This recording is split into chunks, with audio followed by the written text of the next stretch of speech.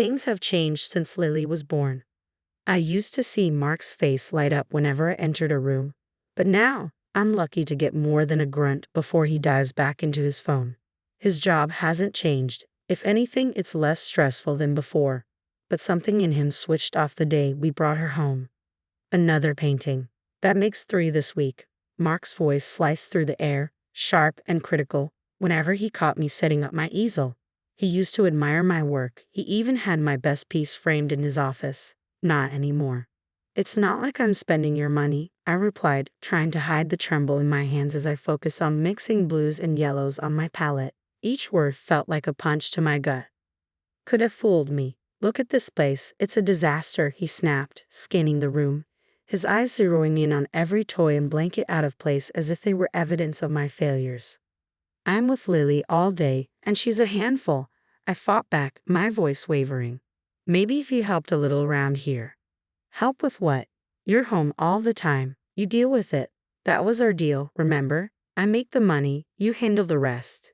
Not my fault you can't manage. He cut me off, leaving no room for argument.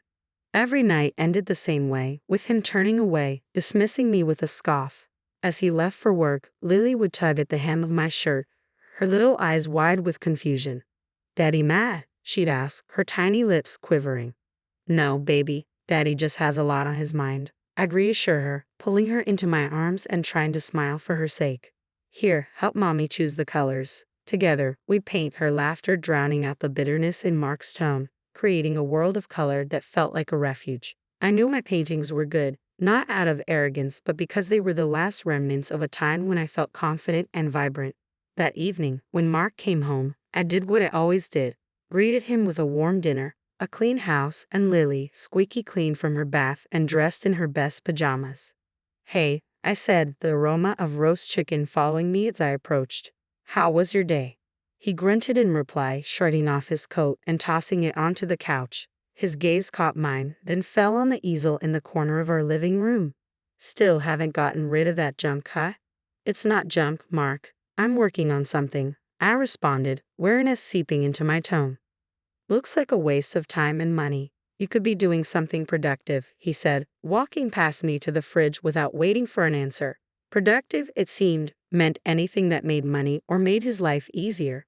I guess I was doing neither to his liking. "I'm doing something," I said, my voice firmer now. "I'm raising our daughter and trying to hold on to something that matters to me. My painting matters to me." He didn't even pause, just opened a beer and took a deep swig. "Call it what you want, Grace. To me, it looks like you're just filling time and making a mess. I'll have to pay someone to clean it up." The sting didn't come from the unkindness of his words. I was getting used to that. It came from the dismissal of my dreams and passion. There was no place for them in Mark's world anymore. "Dinner's ready," I called out, feeling like I was putting on a performance. I stood there with trembling hands as I served the meal. Mark's parents, seated like judges at the head of the table, barely noticing my effort to create a warm, hearty meal.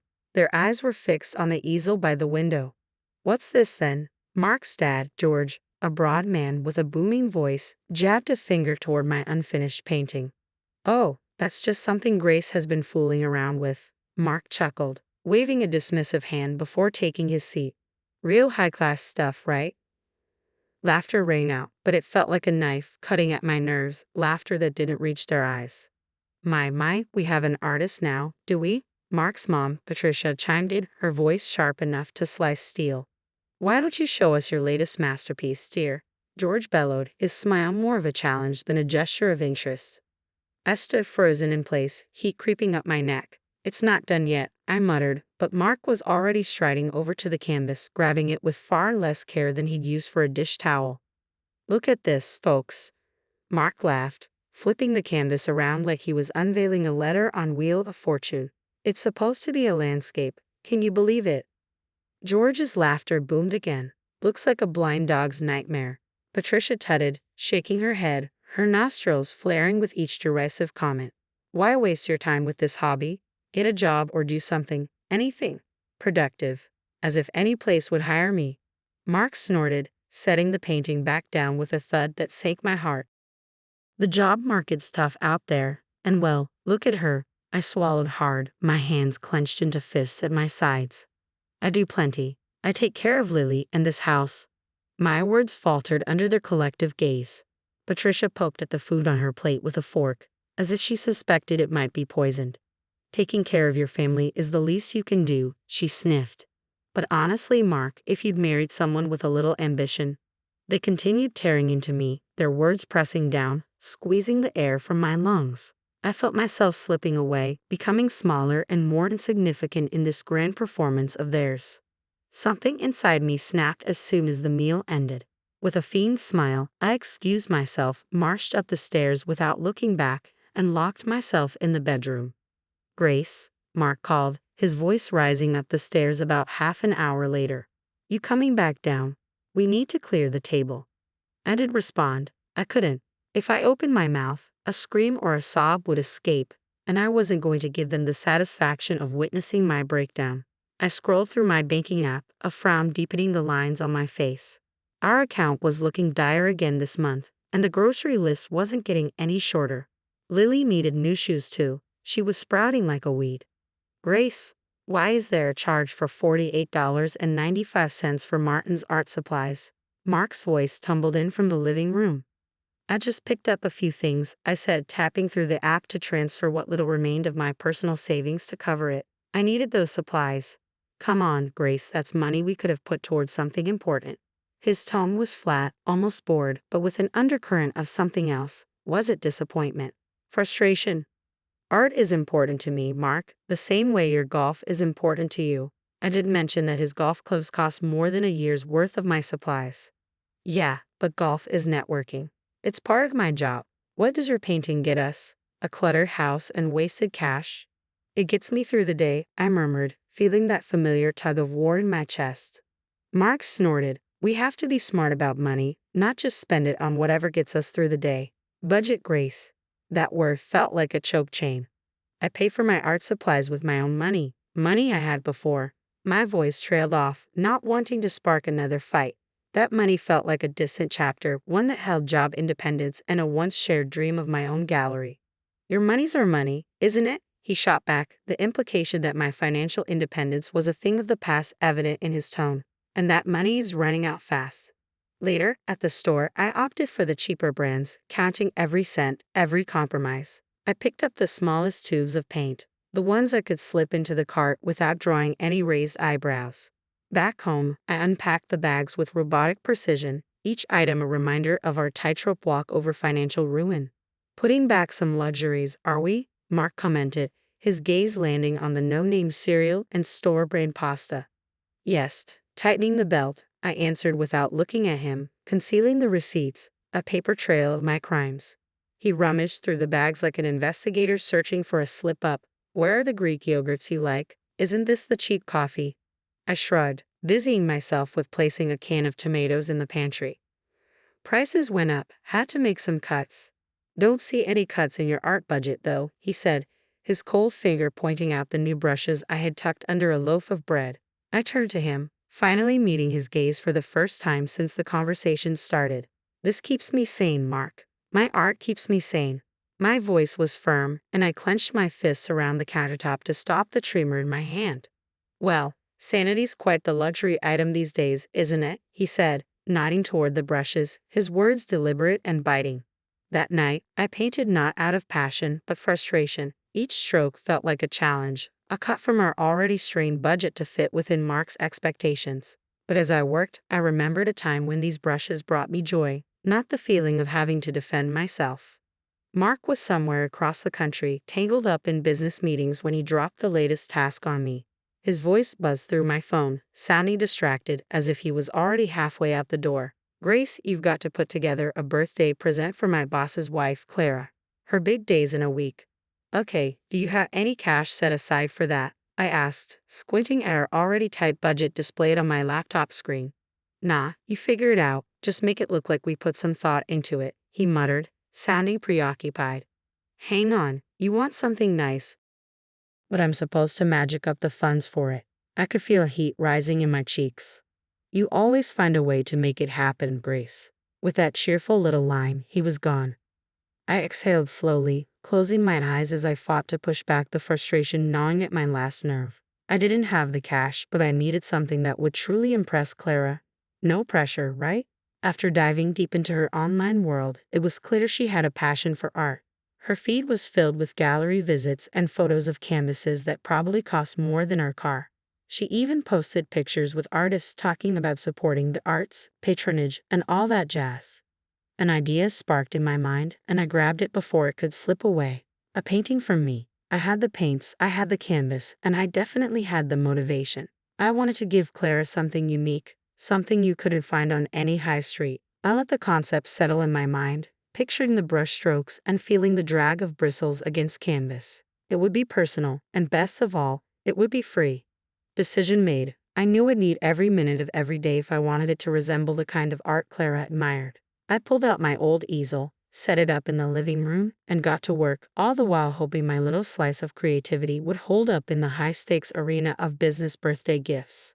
Day 1. Operation Bombshell. I found myself standing in the middle of my makeshift studio, a corner of the dining room I cleared by pushing the table against the wall. The morning light streamed in, illuminating the chaos of art supplies scattered around. "Mommy, what's all this?" Lily, my 6-year-old, plopped herself right in the middle of the mess, her eyes wide as saucers, mirroring the splattered paint on the floor. "Mommy's making a birthday present, sweetie," I replied, rifling through old brushes with bristles stiffer than my back. "For a lady Daddy works with?" she asked, picking up a brush and examining the crusty edges like a little professional. I snatched the brush from her before it turned into a makeshift sword or fairy wand. "Yes, but I needed to stay nice," I explained. Lily furrowed her brow in confusion. "But why can't Daddy just buy something?" "Lily, go watch your cartoons, okay? I need to think." I wasn't ready to unpack the complexities of our bank account or my marriage with a kindergartner. Burbling something under her breath that sounded far too much like me, she trotted off to the living room, leaving me to my dilemma. The week dragged on, and I found myself pulling double shifts. Daytime mommy, nighttime Picasso. Slowly, the canvas began to fill, taking on a life of its own, something abstract, something that captured the whirlwind of my life lately. I didn't hear a peep from Mark, not a check-in call or even a text asking how things were going. I guess he was too wrapped up in his charts, deals, and whatever else was too important to bother his wife. Lily, on the other hand, was my tiny shadow, always creeping back to watch me paint. "You're really good, Mommy," she said, now on day 4. "You should draw stuff more."